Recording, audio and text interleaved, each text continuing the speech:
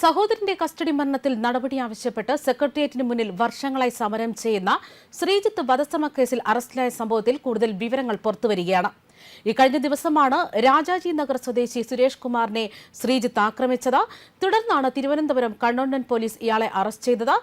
അതായത് തലയ്ക്ക് കല്ലുകൊണ്ടിടിച്ച് പരിക്കേൽപ്പിച്ചതോടെ ശ്രീജിത്തിനെതിരെ വധശ്രമ കേസിന് പോലീസ് കേസെടുക്കുകയായിരുന്നു എന്നാണ് വിവരങ്ങൾ. സെക്രട്ടേറിയറ്റിന് മുന്നിലെ നടപ്പാതയിലൂടെ നടക്കുന്നതിനിടെ സുരേഷിനെ ശ്രീജിത്ത് മൈക്രോഫോണിലൂടെ അസഭ്യം പറഞ്ഞെന്നും ഇത് കേട്ട സുരേഷ് എന്തെങ്കിലും ജോലി ചെയ്ത് ജീവിച്ചുകൂടെ എന്ന് ചോദിച്ചതിന്റെ വൈരാഗ്യത്തിലാണ് ശ്രീജിത്ത് കല്ലുകൊണ്ട് സുരേഷിനെ മാരകമായി ആക്രമിച്ചതെന്നുമാണ് പോലീസ് വ്യക്തമാക്കുന്നത്. കല്ലുകൊണ്ടുള്ള ഇടിയിൽ തലയ്ക്ക് ഗുരുതരമായി പരിക്കേറ്റ സുരേഷിനെ ആദ്യം ജനറൽ ആശുപത്രിയിലും പിന്നീട് മെഡിക്കൽ കോളേജ് ആശുപത്രിയിലും പ്രവേശിപ്പിച്ചു. ശ്രീജിത്തിനെ ഇന്ന് കോടതിയിൽ ഹാജരാക്കുമെന്നാണ് പോലീസ് വ്യക്തമാക്കുന്നത്. അതേസമയം ഇക്കഴിഞ്ഞ 9 വർഷമായി സെക്രട്ടേറിയറ്റിന് മുന്നിൽ സമരം നടത്തുകയാണ് നെയ്യാറ്റിൻകര സ്വദേശിയായ ശ്രീജിത്ത്. കഴിഞ്ഞിടെ മുഖ്യമന്ത്രി അസഭ്യം പറഞ്ഞതിന് പോലീസ് സ്വമേധയാ കേസെടുത്തിരുന്നു. സഹോദരൻ ശ്രീജുവിന്റെ കസ്റ്റഡി മരണത്തിൽ നീതി ലഭ്യമാക്കണമെന്നാവശ്യപ്പെട്ടാണ് ശ്രീജിത്ത് സമരം തുടങ്ങിയത്. CBI അന്വേഷണം ആവശ്യപ്പെട്ടുകൊണ്ടാണ് ഇക്കഴിഞ്ഞ 9 വർഷമായി ശ്രീജിത്തിന്റെ സമരം സെക്രട്ടേറിയറ്റിന് മുന്നിൽ നടന്നുകൊണ്ടിരുന്നത്. അതായത് 2014 മെയ് 19 അറസ്റ്റിലായ ശ്രീജിത്തിന്റെ അനിയൻ ശ്രീജുവിനെ 2 ദിവസത്തിന് പിന്നാലെ പോലീസ് കസ്റ്റഡിയിലിരിക്കെ മരണപ്പെട്ടു എന്നായിരുന്നു വിവരങ്ങൾ ലഭിച്ചത്.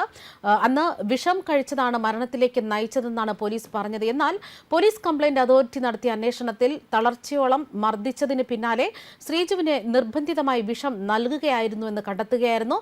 ഈ അന്വേഷണത്തിൽ ശ്രീജുവിന്റെ കസ്റ്റഡി മരണത്തിൽ ഉൾപ്പെടെ പോലീസ് ഉദ്യോഗസ്ഥരെ തിരിച്ചറിയുകയും ചെയ്തു. മകൾ ശ്രീജുവുമായി ബന്ധമുണ്ടായിരുന്നു എന്ന അയൽവാസിയുടെ നിർദ്ദേശപ്രകാരം ശ്രീജുവിനെ അറസ്റ്റ് ചെയ്യുകയും അവൾ തന്നോടൊപ്പം ഒളിച്ചോടുമെന്ന് ഭയന്ന് 27-കാരനെ ശ്രീജുവിനെ തടങ്കലിൽ വെക്കാൻ അഡീഷണൽ സബ് ഇൻസ്പെക്ടർ ഫിലിപ്പോസിന്റെ ബന്ധുവിനോട് അയാൾ അഭ്യർത്ഥിക്കുകയും ചെയ്തു.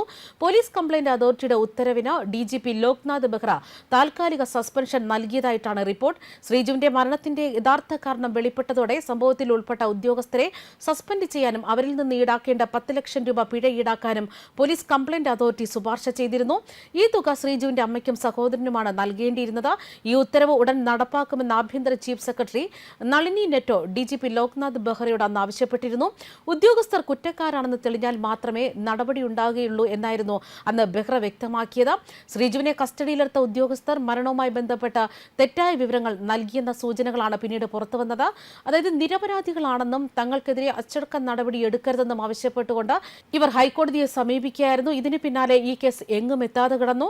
ഈ കേസ് എങ്ങും എത്താതെ വന്നതോടെയാണ് തന്റെ അനിയന്റെ നീതി നടപ്പാക്കുന്നതിലേക്ക് വേണ്ടി നെയ്യാറ്റിൻകര സ്വദേശിയ ശ്രീജിത്ത് തിരുവനന്തപുരം സെക്രട്ടേറിയറ്റിന് മുന്നിൽ കഴിഞ്ഞ 9 വർഷമായി സമരം നടത്തിക്കൊണ്ടുവന്നത്. എന്നാൽ ഇതുവരെ ശ്രീജിത്തിന് നീതി നടപ്പാക്കി ലഭിച്ചിരുന്നില്ല. അതിന് പിന്നാലെയാണ് ഇപ്പോൾ ശ്രീജിത്തിനെതിരെ വധശ്രമ കേസ് കൂടി എത്തിയിരിക്കുന്നത്.